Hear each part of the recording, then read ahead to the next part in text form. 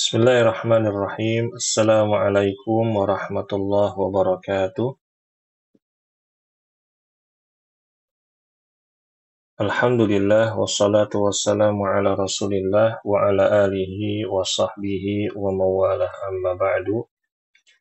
Ibu-ibu yang saya muliakan, alhamdulillah pada pagi hari ini kita kembali berjumpa dan kita akan melanjutkan kajian kita yang mana kita akan membahas kembali ini kitab 100 hadis pedoman hidup sehari-hari dan penjelasannya, buah karya Al-Ustadz Said Yai Ardiansyah LCMA Hafizahullah Ta'ala. Kita hari ini masuk kepada hadis yang ke-63, yakni diberi judul oleh penulis dengan kebersihan. Ya, hadisnya berbunyi, an Abi Malikin al-Ash'ari radhiyallahu anhu qala Rasulullah sallallahu alaihi wasallam at-tuhuru syatrul iman, rawahu Muslim. Ya, diriwayatkan dari Abu Malik al-Ash'ari radhiyallahu anhu, ya, Rasulullah sallallahu alaihi wasallam bersabda, kebersihan adalah setengah dari keimanan. Ya, kebersihan adalah setengah dari keimanan. Nah, ibu-ibu kita ambil penjelasan dari penulis, ya. Penjelasan yang pertama dari hadis ini adalah Islam mengajarkan umatnya agar selalu menjaga kebersihan. Ya, agama kita, ibu-ibu rahimakumullah, adalah agama yang mencintai kebersihan, mencintai hal-hal yang sifatnya itu suci dan bersih. Ya, bahkan ibu-ibu rahimakumullah, agama kita itu mengatur bagaimana cara buang hajat, ya, bagaimana kita ini dijaga dari najis-najis, ya, begitu. Tidak seperti agama yang lain, yang agamanya ya tidak secara terperinci dalam menjelaskan kebersihan. Ya. Lalu yang kedua, kebersihan adalah setengah dari keimanan. Ya, orang yang beriman kepada Allah, dia itu ya suka dengan kebersihan. Ya, nggak suka dengan hal-hal yang sifatnya najis atau kotor. Kalau ada najis, dia itu ibaratnya nggak betahan. Kalau ada yang kotor, dia itu kurang semenggah lah kasarannya gitu ya, kurang enak di hati, ya, begitu. Lalu yang ketiga, kebersihan tidak hanya mencakup yang tampak oleh mata kita, tetapi juga kebersihan hati dan juga lidah kita dari melakukan hal-hal kotor atau dosa. Nah, ini penting ya ibu-ibu. Selain rumah kita harus bersih, pakaian kita juga harus bersih, badan kita harus bersih, kita juga harus memperhatikan kebersihan hati kita. Hati kita usahakan ya jauh dari penyakit-penyakit hati, dari kotoran-kotoran hati.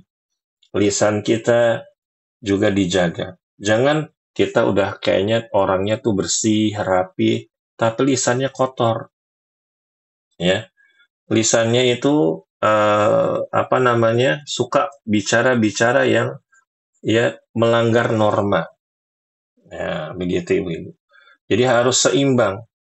Kalau kita suka dengan kebersihan secara zahir, maka secara batin pun kita harus memperhatikannya. Lalu ibu-ibu rahimakumullah, ada tambahan dari saya, ya, sedikit.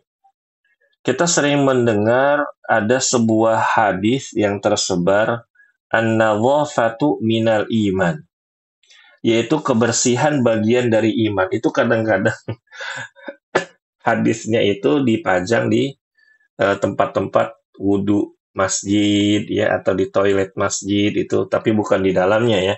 Jadi ada ruangan toilet itu di pintunya ditulis gitu, an-nadzafatu minal iman. Ya, Rasulullah bersabda, an-nadzafatu minal iman. Kebersihan itu bagian dari iman. Maka ibu-ibu rahimakumullah, hadis ini adalah hadis palsu ya. Hadis ini adalah hadis palsu ya. Syekh Sulaiman bin Nasir Al-Ulwan mengatakan hadis an-nadzafatu minal iman la aslalahu. Nggak ada asal usulnya, nggak jelas ya. Kemudian batil maudhu' ya. Hadis ini batil dan juga palsu. Ya, lakinna ma'nahu sahih, tetapi maknanya benar. Ya. Hadis ini ibu-ibu nggak boleh, atau perkataan ini, kalimat ini tidak boleh kita sandarkan kepada Nabi Muhammad Sallallahu Alaihi Wasallam. Nggak boleh.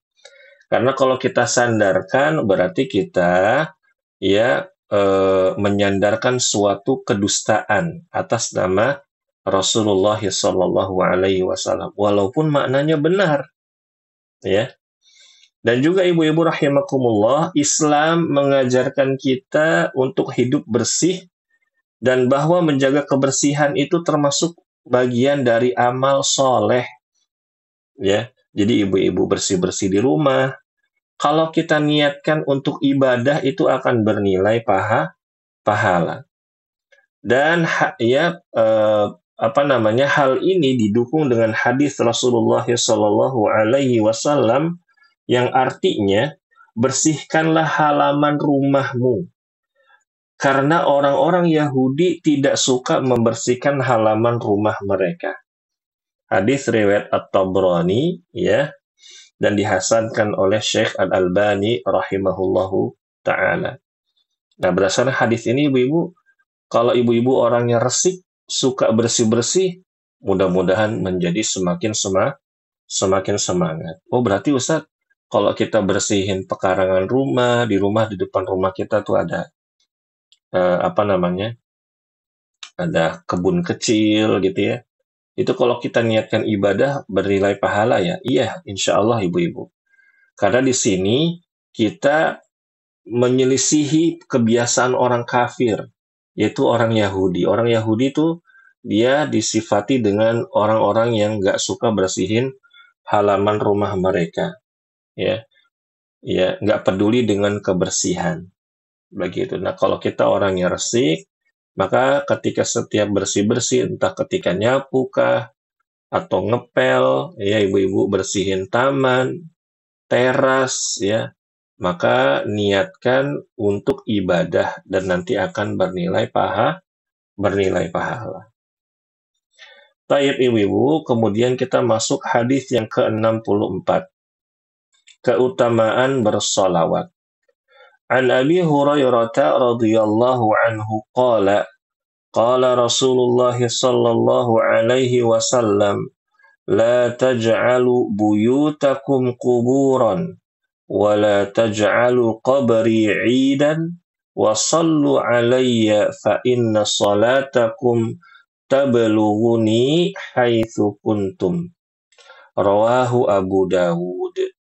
Diriwayatkan dari Abu Hurairah radhiyallahu anhu, Rasulullah sallallahu alaihi wasallam bersabda, janganlah kalian menjadikan rumah-rumah kalian seperti kuburan, dan janganlah kalian menjadikan kuburanku sebagai tempat yang sering dikunjungi, sebagai tempat yang diibadahi. Ucapkanlah solawat kepadaku, sesungguhnya solawat kalian itu akan sampai kepadaku dimanapun kalian berada. Hadis ini sahih, riwayat Abu Dawud. Nah, ibu-ibu rahimakumullah, penulis di sini menjelaskan yang pertama, perkataan janganlah kalian menjadikan rumah-rumah kalian seperti kuburan, maksudnya adalah janganlah kalian tidak mengerjakan sholat di rumah-rumah kalian, sehingga kalian menjadikan rumah-rumah kalian seperti kuburan yang tidak diperbolehkan sholat di sana. Tetapi kerjakanlah sholat-sholat sunnah di rumah-rumah kalian. Maksudnya ini untuk laki-laki ya, ibu-ibu ya. Dan juga amalan-amalan lain seperti membaca Al-Quran dan berdoa. Nah, ibu-ibu rahimakumullah, ya. Di sini kita dianjurkan untuk menjadikan rumah kita tempat yang diibadahi. Maksudnya bukan rumahnya diibadahi. Ya, kita isi rumah kita dengan ibadah. Kita isi dengan sholat, ya. Tentunya kalau ibu-ibu sholat wajib, terus sholat sunnah, rawatib, ya, sholat duha, ya, sholat malam, ya, dan dibacakan Al-Quran rumah kita biar enggak gersang, ya. Jadi kalau kita baca Quran di rumah, ibu-ibu, bukan hanya hati kita saja yang adem, rumah juga adem, rumah juga kelihatannya walaupun kecil, itu serasa luas. Walaupun mungkin rumahnya sederhana, tapi seperti istana kalau kita bacakan Al-Quran. Dan kita isi rumah kita dengan kita tuh berzikir. Ibu-ibu sambil masak, sambil berzikir, atau sambil dengerin kajian. Emang boleh Ustaz sambil masak dengerin kajian? Boleh ibu-ibu. Ya, sambil bersih-bersih, ibu-ibu sambilin denger kajian di radio kah? Atau mungkin kalau zaman sekarang udah canggih ya, TV itu udah ada Google-nya, setel YouTube di TV, dengerin Ustadz yang suka kita dengerin ceramahnya, yang kita tuh kalau denger ceramah beliau, kita jadi semakin semangat dalam beribadah dan menuntut ilmu. Dan banyak ya, ibu-ibu rahimakumullah. Boleh, tidak masalah. Ya, ya. Dan juga ibu-ibu rahimakumullah, kita berdoa. Doa seperti apa Ustaz? Masuk kamar mandi kita doa, keluar kamar mandi kita doa, mau makan kita baca bismillah, ya. Atau doa-doa yang terkait dengan ibadah yang misalkan hujan kah, ya hujan terlalu lebat kah, ya. Atau kita isi rumah kita dengan istighfar, ya kita dalam keadaan di rumah kita banyakin istighfar, banyakin zikir, ya seperti itu. Agar rumah kita dilindungi oleh Allah Subhanahu wa taala dari berbagai macam keburukan. Dan berarti ibu-ibu di sini ya, berdasarkan hadis ini juga kita tahu bahwa di kuburan tuh kita nggak boleh sholat. Bukan berarti ibu-ibu ada orang sholat jenazah nggak boleh ya. Kalau sholat jenazah di kuburan boleh apa enggak ibu-ibu? Misalkan nih ibu-ibu nggak sempat nyolatin, ya, ada sahabat ibu-ibu meninggal, atau misalkan kerabat ibu meninggal, ibu-ibu nggak sempat sholatin, bapak-bapak nggak sempat sholatin, tahu-tahu langsung udah dikubur, boleh nggak kita datang ke kuburan, kita sholat jenazah di situ? Boleh, Ustadz. Kenapa boleh Ibu Fiona? Karena Rasul pernah mengerjakan. Iya, betul. Karena Rasul pernah mengerjakannya. Dan ibu-ibu rahimakumullah, beda antara sholat jenazah dengan sholat yang lain. Bedanya di mana ibu-ibu? Sholat jenazah sama sholat yang lain. Apa yang membedakan?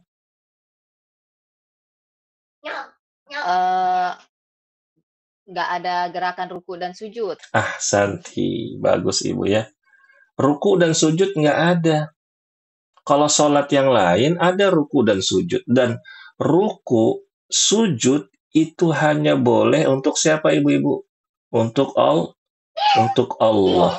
Nah, nanti ibu-ibu di kajian tafsir, insya Allah, ketika kita bahas surat Al-Baqarah nanti di ayat 50 ke atas, kita akan bahas masalah ruku nih, ya, begitu. Jadi ibu-ibu jangan sampai nggak ikut ya, mudah-mudahan kajiannya bermanfaat. Taib. Yang kedua, ibu-ibu rahimakumullah, penulis di sini mengatakan, Rasulullah Shallallahu Alaihi Wasallam melarang para sahabatnya dan kaum muslimin untuk sering mengunjungi kuburan beliau. Bukannya nggak boleh ibu-ibu ya, boleh ya, tapi jangan sering-sering gitu ya. Yang dilarang itu keseringan. Jadi hati kita ini terpaut gitu. Ya, terpaut dengan kuburannya Nabi, bukan dengan nabinya. Ya. Dengan alasan beliau sangat takut apabila kuburannya diagungkan sebagaimana telah terjadi pada nabi-nabi sebelumnya. Ya. Ibu-ibu ada yang pernah lihat nggak kuburan Nabi Adam,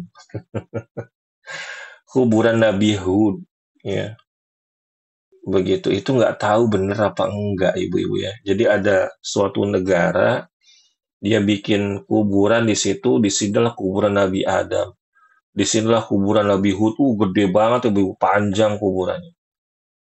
Dan orang-orang ziarah ke situ, minta di situ, doa di situ. Boleh nggak ibu-ibu seperti itu? Kita datang ke kuburan minta Tidak, sama mayit, boleh nggak? nggak boleh Ustaz. Nggak boleh. Diajarin nggak sama Rasulullah? Hmm? Tidak. Nggak diajarin.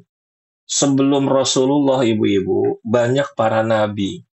Dan bahkan Rasulullah itu dikasih tahu kuburannya Nabi Musa sama Allah. Nah, Nabi Musa itu diriwayatkan, ibu-ibu, wafat di Baitul Maqdis, dekat Baitul Maqdis. Dan orang-orang kaum muslimin di zaman Rasulullah itu suka pergi ke sana. Kalau memang diperbolehkan, ibu-ibu, pasti Rasulullah itu ngajak para sahabat, yuk kita datang yuk ke kuburannya Nabi Musa. Kita minta, kita doa di samping sana. Pasti ibu-ibu, kalau itu memang disyariatkan. Tapi nyatanya tidak. Maka ibu-ibu rahimakumullah, saya mengingatkan, kasihanilah diri kita.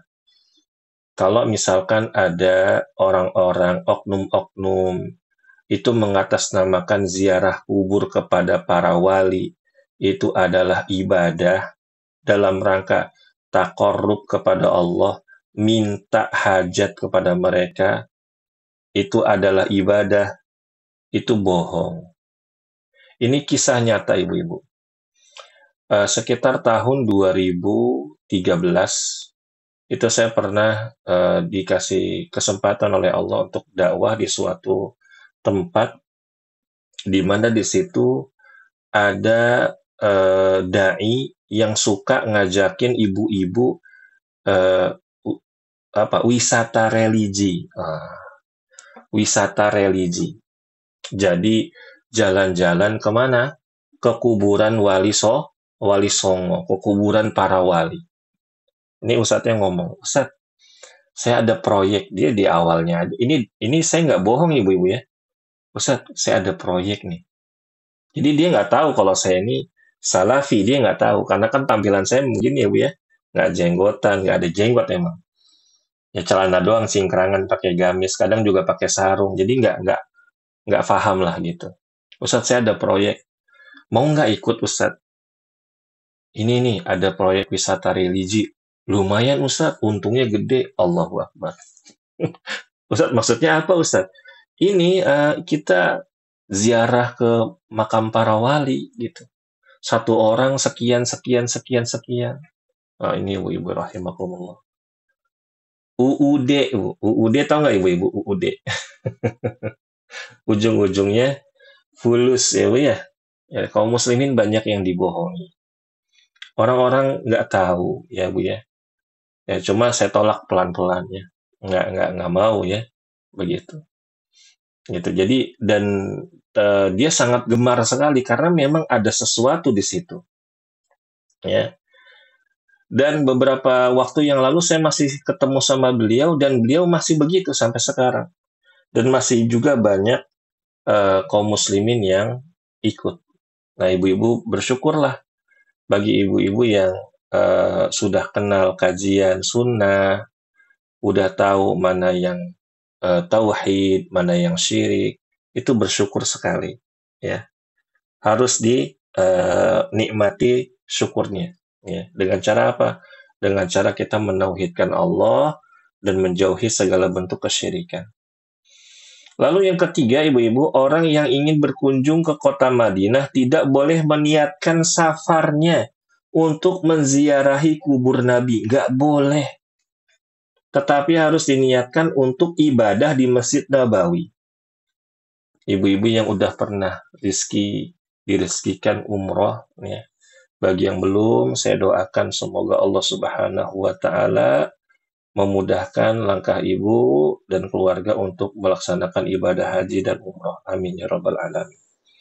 Nah, ibu-ibu mungkin yang pernah umroh datang ke Masjid Nabawi, ibu suka lihat ada orang sholatnya ngadepnya ke kemana ibu-ibu? Sholatnya ngadepnya ke kuburan Nabi. Doanya ke arah Kubah Hijau. Itu kalau sama Ashar ketahuan diusir, Bu. Pasti diusir. Ya. Nah, mereka itu ibu-ibu, ketika berangkat dari rumah, itu niatnya udah salah. Niatnya udah salah. Ya. Niatnya udah salah. Niatnya udah syirik, nggak boleh. Ya. Jadi kita tuh berangkat dari rumah ketika umroh, kan pasti kita biasanya sama travel tuh dibawa ke Nabawi, Masjid Nabawi. Nah, kita niatnya untuk ibadah di Masjid Nabawi aja. Kalau masuk ke Raudhah pun kita niatnya ibadah, minta doa sama Allah. Kalau misalkan lewat di depan kuburan Nabi, cukup kasih salam aja. Kasih salamnya sama siapa, ibu-ibu? Kalau kita lewat makam Rasulullah. Ada yang tahu enggak? Kasih salamnya sama Nabi Muhammad, Abu Bakar, dan Umar. Udah cukup. Nggak usah kita tuh, aduh pengen pegang makamnya. Nggak usah. Nggak ada keutamaannya, ibu-ibu. Ya, begitu. Lalu yang keempat, setelah sampai di kota Madinah dan mengunjungi Masjid Nabawi, seseorang barulah disunnahkan untuk berziarah ke kuburan Nabi Shallallahu Alaihi Wasallam, kemudian mengucapkan salam kepada beliau, dan ini pun tidak dilakukan berulang kali. Ya, bukan berarti habis sholat kita menyengaja mau ngasih salam. Begitu akhirnya berdesak-desakan, ibu-ibu, sambil video, ya Allah, ya. Padahal kalau misalkan kita itu udah cukup sekali kasih salam ke Rasulullah, ya, itu sudah cukup, ya. Ini karena kenapa banyak sekali orang-orang yang ingin kasih salam itu berulang-ulang akhirnya terjadi kemacetan, ya, di tempat namanya pintu Jibril, ibu-ibu, ya. Itu ya, lewat situ, ya, ya. Itu banyak orang yang melakukan seperti ini berulang kali. Dan bahkan niatnya macam-macam. Ada yang minta sama Rasulullah, doa sama Rasulullah. Nah, ini tidak boleh. Kemudian ibu-ibu rahimakumullah, ada tambahan dari saya sedikit ya. Oh enggak, ini masih ada lagi ya, poin 5 dan 6, maaf. Yang kelima, Nabi Shallallahu Alaihi Wasallam memerintahkan kita untuk bersolawat kepadanya dimanapun kita berada dan tidak harus datang ke kuburan beliau. Karena jauh maupun dekat, maka sholawat tersebut akan sampai kepada Rasulullah. Lalu yang keenam, maksud dari sholawat adalah kita memohon kepada Allah agar Nabi Shallallahu Alaihi Wasallam disebut di hadapan makhluk-makhluk mulia yang berada di sisi Allah Subhanahu wa Ta'ala. Ya, agar Rasulullah semakin ditinggikan derajatnya oleh Allah Subhanahu wa Ta'ala, ya, agar semakin beliau disempurnakan pahalanya, ya, begitu. Nah, ibu-ibu, ada faedah yang saya tambahkan. Tidak benar jika ingin sesuatu kita itu bilang udah sholawatin aja dulu, ya, itu nggak benar, ibu-ibu, ya. Ya, beberapa tahun yang lalu itu viral, ya, ketika ada misalkan nih ada barang baru, brand baru, kita pengen sholawatin aja dulu. Ya, ini salah, ibu-ibu, ya.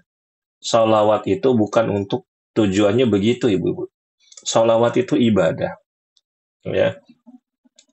Kalau kita ibadah tujuannya karena dunia, itu syirik, nggak boleh, ya. tujuannya murni hanya di dunia. Kita melakukan ibadah tersebut murni 100% untuk dunia, itu nggak boleh. Ya, begitu. Dan ini amalan yang diada-adakan. Amalan yang tidak diajarkan oleh Rasulullah Shallallahu Alaihi Wasallam. Ibu-ibu para sahabat itu kan juga suka kuda, suka unta. Ya bahkan Ali bin Abi Thalib itu sampai diiming-imingi dengan unta merah, lebih baik dari unta merah. Kalau kita dakwahin orang tersebut masuk Islam, ya hijrah ya, itu lebih baik kita tuh daripada punya unta merah. Ini kan iming-iming ya, ibu. Berarti para sahabat suka kuda yang bagus, suka unta yang bagus ya. Nah kalau mereka lewat ada unta kuda bagus, mereka nggak bilang, sholawatin aja dulu. Nggak ada itu dalilnya. Ya, begitu ibu-ibu. Jadi jangan dijadikan sarana untuk mencari dunia. Itu keliru. Kemudian hadis yang ke-65, syirik kecil. An Mahmud bin Labidin radhiyallahu anhu anna Rasulullah sallallahu alaihi wasallam qala inna akhwafa ma akhafu alaikum syirku al-asghar. Qalu wa ma syirkul asgharu ya Rasulullah? Qala ar-riya. Rawahu Ahmad. Diriwayatkan dari Mahmud bin Labid, Rasulullah Shallallahu Alaihi Wasallam bersabda, sesungguhnya yang paling saya takutkan pada diri kalian adalah syirik kecil. Para sahabat pun bertanya, wahai Rasulullah, syirik kecil itu apa sih? Maka Rasulullah bersabda, ar-riya. Ya, syirik kecil di sini adalah riya. Nah, ibu-ibu, riya itu adalah ya, jadi mengerjakan suatu ibadah tapi tujuannya itu bukan Allah, itu riya. Itu riya ya. Nah, yang pertama di sini kita ambil penjelasan dari penulis. Ada hal-hal yang paling ditakutkan oleh Rasulullah Shallallahu Alaihi Wasallam pada umatnya. Di antaranya adalah ar-riya. Di antaranya adalah riya. Dan riya ini syirik kecil. Ya Bu ya. Riya ini syirik kecil. Karena dia sangat samar dan pelakunya kebanyakan tidak mengetahui bahwa ia sudah terjatuh ke dalamnya. Ya. Lalu yang kedua, syirik kecil termasuk dosa besar. Bahkan dosa yang paling besar, ibu-ibu. Jadi, jangan kira syirik kecil itu dosanya kecil. Enggak. Dosa besar dia. Ya. Oleh karena itu, setiap muslim harus menjauhinya. Ya. Lalu yang ketiga, riya artinya mengerjakan suatu amal ibadah tetapi niatnya bukan untuk Allah atau menduakan niatnya untuk Allah dan untuk selain Allah. Dia menunjukkan amalannya agar dipuji oleh manusia atau memiliki kedudukan yang lebih di hadapan orang-orang sekitarnya. Nah, inilah ibu-ibu rahimakumullah. Ya, riya itu berat. Jadi jangan berspekulasi. Ini contohnya, hal ini sering di zaman sosmed ini kita tuh agak sulit juga ya untuk membedakan kapan kita ikhlas, kapan kita riya. Misalkan lagi ke kajian, ya, kajiannya difoto, cekrek, pasang jadi status, kasih caption, alhamdulillah bisa kajian sama Ustadz Fulan. Kayak begitu, itu contoh, ibu-ibu. Nah ini spekulasi namanya.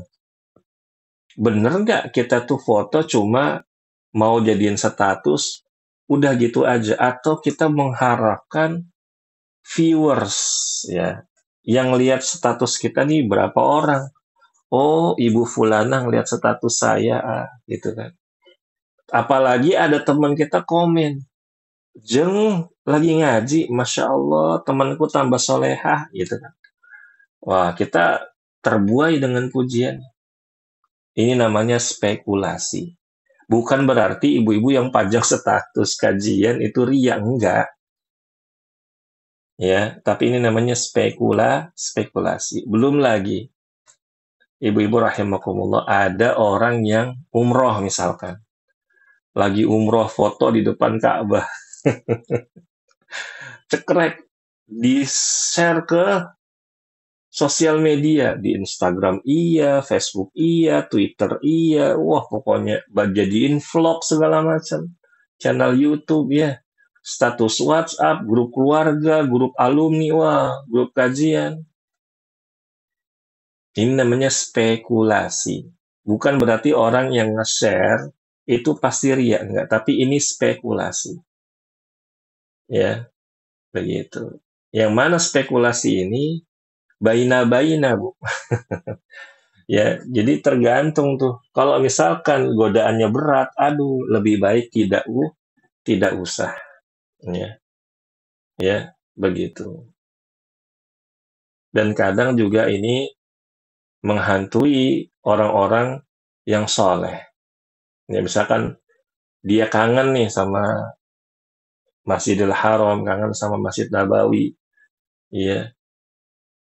Ini juga spekulasi. Aduh, kangen, pengen umroh, ya. Tapi di situ ada spekulasi. Sebenarnya dia pengen ngabarin sama teman-temannya dia itu udah pernah umroh gitu. Lagi-lagi ini spekulasi. Jadi jalan keluarnya gimana ibu-ibu? Jalan keluarnya adalah jangan kita tempuh jalan-jalan yang sifatnya spekulasi. Ah, udahlah. Tutup aja udah. Kita udah beramal soleh karena Allah, udah ditutup aja. Ya, cukup kita yang tahu. Apa sih faedahnya? Oh, Ustaz, buat nyemangatin teman-teman, Ustaz. Nggak usah. Ya, itu tak kan spekulasi. Ya, begitu, ibu-ibu. Beda dengan misalkan ustadz-ustadz yang memang punya apa ya, punya murid yang banyak. Ya, beda. Ya, atau ustadz yang udah punya jamaahnya banyak. Mungkin itu bisa lah. Tapi kalau kita orang-orang kecil kayak gini, buat apa ibu-ibu ya? Ya, begitu. Kecuali untuk keluarga saja, ya. Ya, bahkan aja untuk dari sisi keluarga aja kita nggak selamat ibu-ibu. Apalagi orang luar. Nah, kemudian ibu-ibu rahimakumullah ada tambahan dari saya.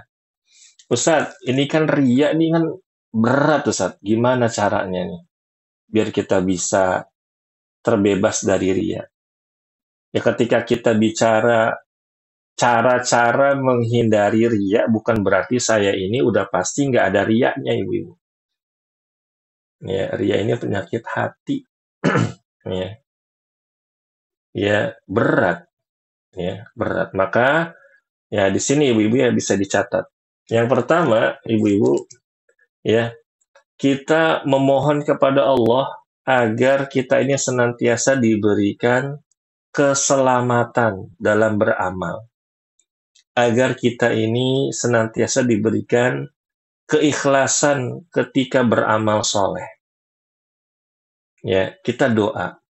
Ya, kita doa sama Allah, ya Allah jauhkan aku dari segala bentuk kesyirikan. Nah, di antara doa yang bisa kita ucapkan adalah Allahumma inni a'udzubika an usyrika bika wa ana a'lam wa astaghfiruka mimma la a'lam. Ini artinya adalah ya Allah, aku berlindung kepadamu dari berbuat syirik dalam keadaan aku mengetahuinya dan aku memohon ampun dari apa yang saya tidak ketahui dari perbuatan syirik tersebut. Dan hadis ini sahih, doa ini sahih dari Rasulullah Shallallahu Alaihi Wasallam dan diriwayatkan oleh Imam Bukhari. Atau ada lafal yang lain yang kalau kita baca itu bisa kita niatkan untuk siapa? Untuk keluarga semua. Allahumma inna na'udzubika min an nusyrika bika syai'an na'lamu wa nastaghfiruka lima la na'lamu. Jadi kalau ibu baca doa ini, ibu niatkan untuk suami, untuk anak, itu bisa. Seperti ibu doa, Rabbana zalamna anfusana wa illam taghfir lana wa tarhamna lanakunanna minal khasirin. Itu juga bisa mewakili pasangan kita, anak kita. Dalilnya apa, Ustadz? Kalau doanya kita niatkan buat keluarga itu boleh. Dan doa tersebut bisa juga sebagai pelindung dari keluarga kita. Yaitu Nabi Adam. Nabi Adam alaihissalam ketika bertaubat pada kajian tafsir kemarin ya Bu ya, diajarkan kalimat taubat, beliau langsung doa, doanya Rabbana zalamna. Nah, untuk Nabi Adam dan istrinya Hawa. Begitu. Sebagian ulama berpendapat kalau ada seorang suami, ada seorang istri, dia berdoa dengan menggunakan lafal kami, itu pasangannya terikut, keturunannya pun terikut. Makanya kalau doa jangan pelit ibu-ibu. Kalau doa bawa kaum muslimin, ya. Kaum muslimin dibawa. Ya Allah, ampunilah dosa-dosaku, kedua orang tuaku, suamiku, anak-anakku, dan kaum muslimin. Ya Allah, lapangkanlah rizkiku, lapangkan rizki suamiku, anak-anakku, dan kaum muslimin. Doakan kaum muslimin, jangan pelit. Ya, doanya dirinya sendiri. Ya Allah, jauhkanlah aku, suamiku, anak-anakku, dan kaum muslimin dari perzinahan. Ya, begitu. Kadang kita udah, ya ini masalah anak ya Bu ya. Kadang kita udah nyeting nih anak kita gimana pendidikan segala macam, tapi belum tentu dari faktor luar, teman-temannya, ibu-ibu. Ya, maka doakan juga kaum muslimin agar anak-anak kita itu dilindungi dari dalam dan dari luar. Begitu, ya. Itu tadi yang pertama, kita doa sama Allah. Mohon agar dijauhi dari dosa ria. Yang kedua, senantiasa mengatur dan menata hati untuk kita tuh ikhlas. Ya, begitu. Senantiasa nih ibu-ibu cek hati kita. Mau pasang status, ini ria apa enggak ya? Ini spekulasi nih, udahlah nggak usah. Ya, begitu. Ya, seperti itu ibu-ibu. Jadi selalu kita cek nih, sebelum kita beramal, sebelum kita bagaimana, kita cek dulu. Innamal a'malu binniyat. Sesungguhnya segala perbuatan amal itu tergantung niatnya. Yang ketiga, berusaha menyembunyikan seluruh amal soleh kita. Ya, sebagaimana kita itu menyembunyikan keburukan-keburukan kita. Ibu-ibu kan punya aib, ya kan? Yang tahu aibnya cuma ibu sama suami ibu, sama anak-anak ibu. Kira-kira kalau aib itu diumbar, ibu suka nggak? Nggak suka, Ustadz. Gimana caranya? Ya ibu keep pasti dengan skip-keepnya. Nah, untuk amal soleh, ibu keep skip-keepnya itu seperti menyembunyikan aib. Begitu. Tapi memang kenyataannya, menutupi amal soleh itu lebih berat daripada menutupi aib sendiri. Karena kita ini ibu-ibu, apalagi di zaman digital, di zaman sosmed sekarang, kadang tuh ingin butuh pengakuan dari orang lain. Padahal ini sifat jelek, ya Bu ya. Jelek banget ingin diakui orang. Emangnya layak kita diakui oleh orang? Apalagi di zaman sekarang, kalau yang di Instagram bisa dimonetasi kah, atau di sosmednya bisa dimonetasi kah, ya, itu ya kadang nggak peduli itu sumbernya dari mana, bener atau enggak, yang penting dia banyak viewersnya, banyak like-nya, banyak komennya. Begitu. Ingin apa? Ingin diakui oleh manusia. Emang ya dengan kita diakui, kita bisa sumbangsi apa sama manusia? Padahal sumbangsi yang kita berikan sumbernya dari kebohongan, dari hoax ya, dan itu banyak ibu-ibu ya berseliweran. Nah, jadi kita berusaha untuk menyembunyikan amal kebaikan kita sebagaimana kita menyembunyikan aib-aib atau dosa-dosa kita. Lalu yang keempat, ya Bu ya, agar kita terjauhi dari riya, kita ingat dosanya riya itu dosa besar, ya. Dosanya dosa besar.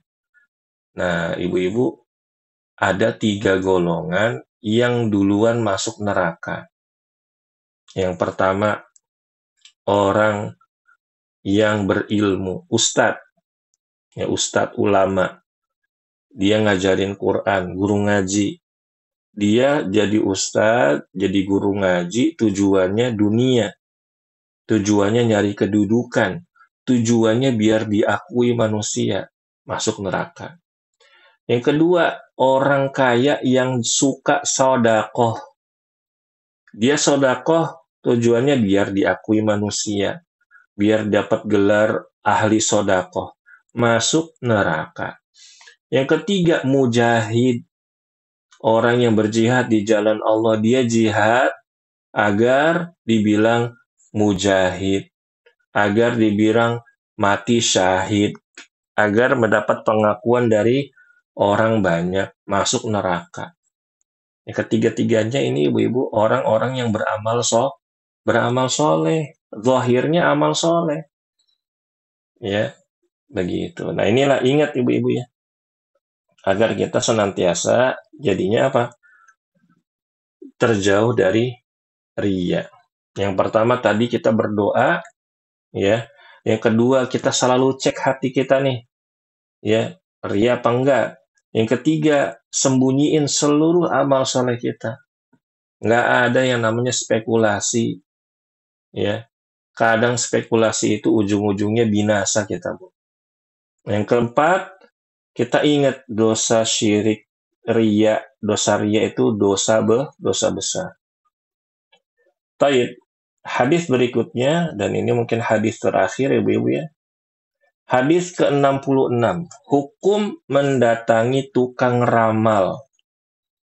An Abi Hurairah wal Hasani radhiyallahu anhuma anin Nabi sallallahu alaihi wasallam qala man ata kahinan aw arrafan fasaddaqahu bima yaqul faqad kafara bima unzila ala Muhammad.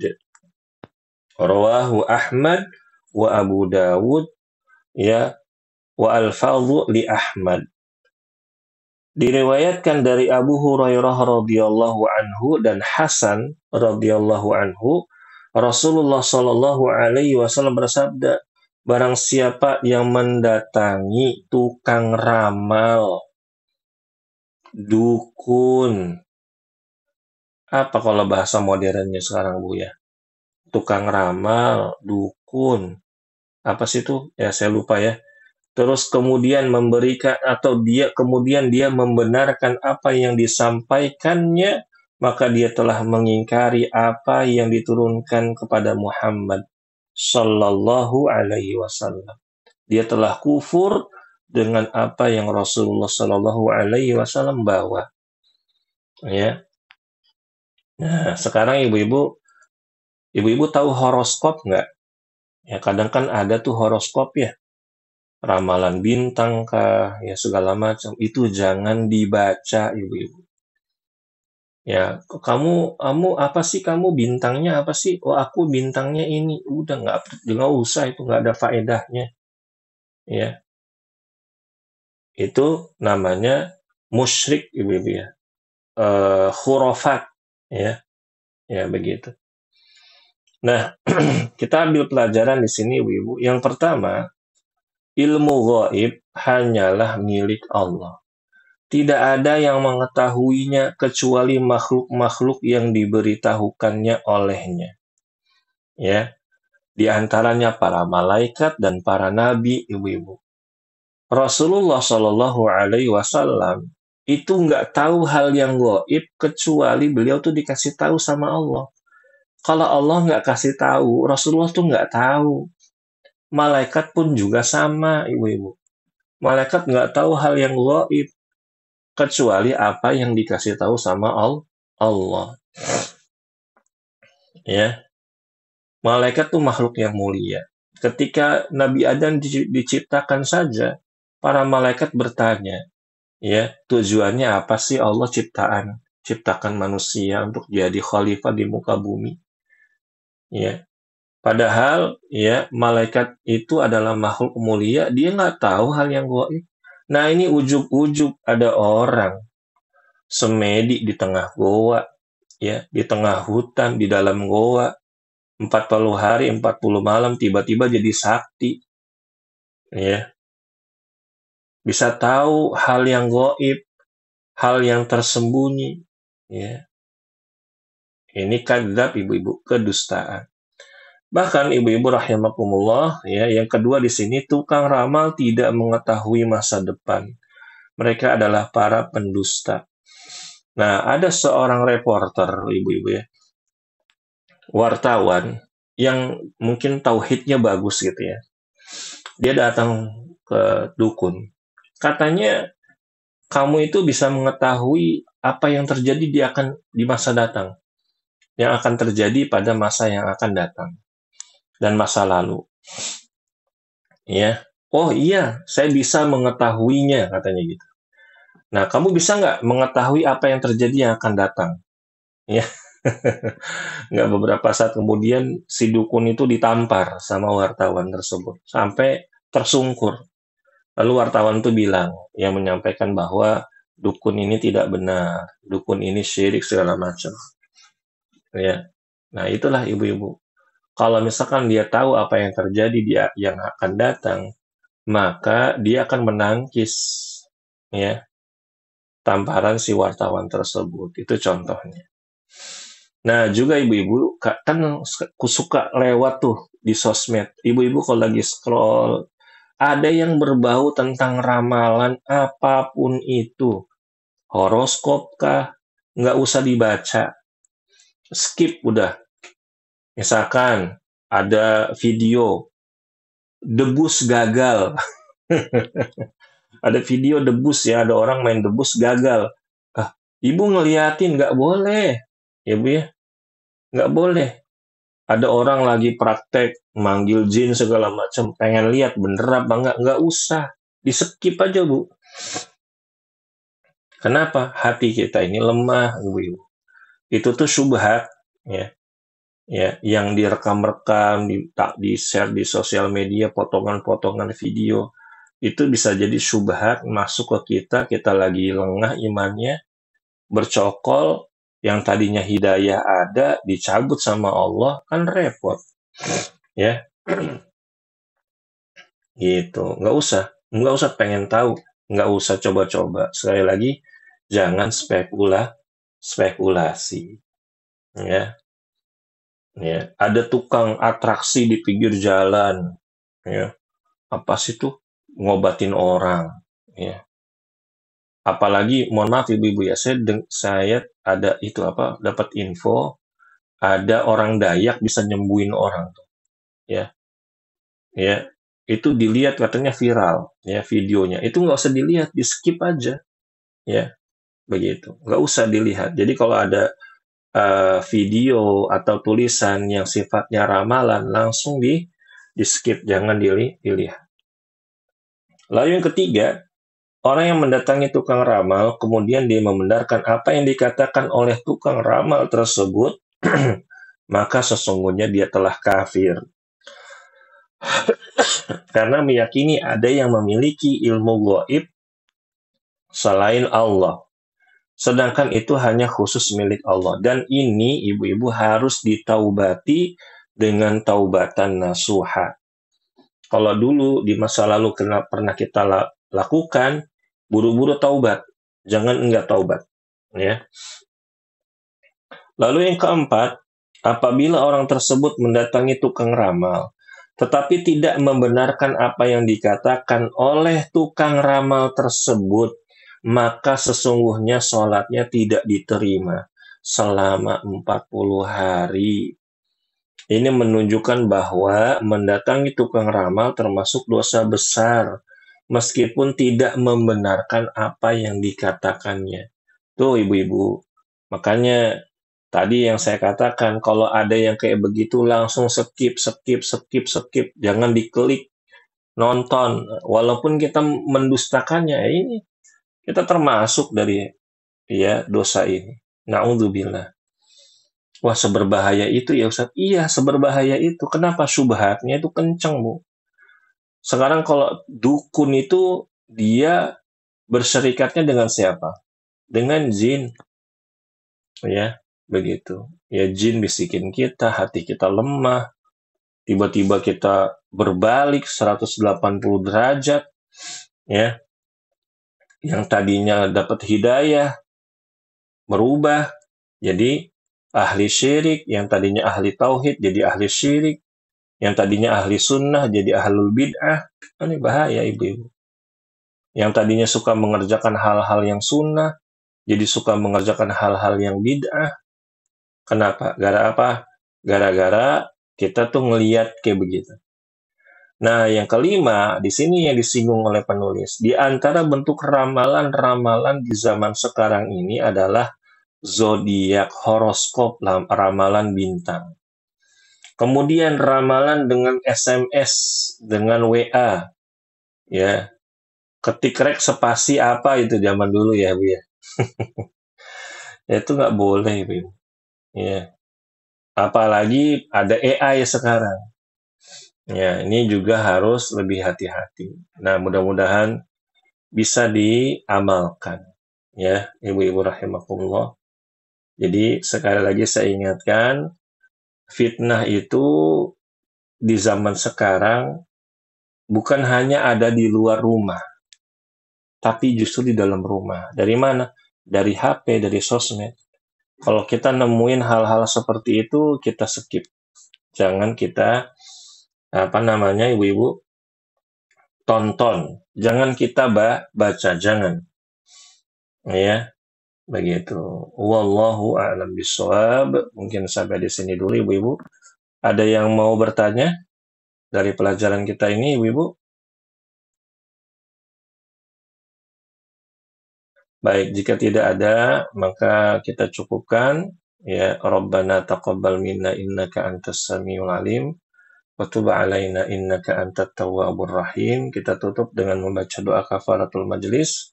Subhanakallahumma wa bihamdika asyhadu an la ilaha illa anta astaghfiruka wa atubu ilaik.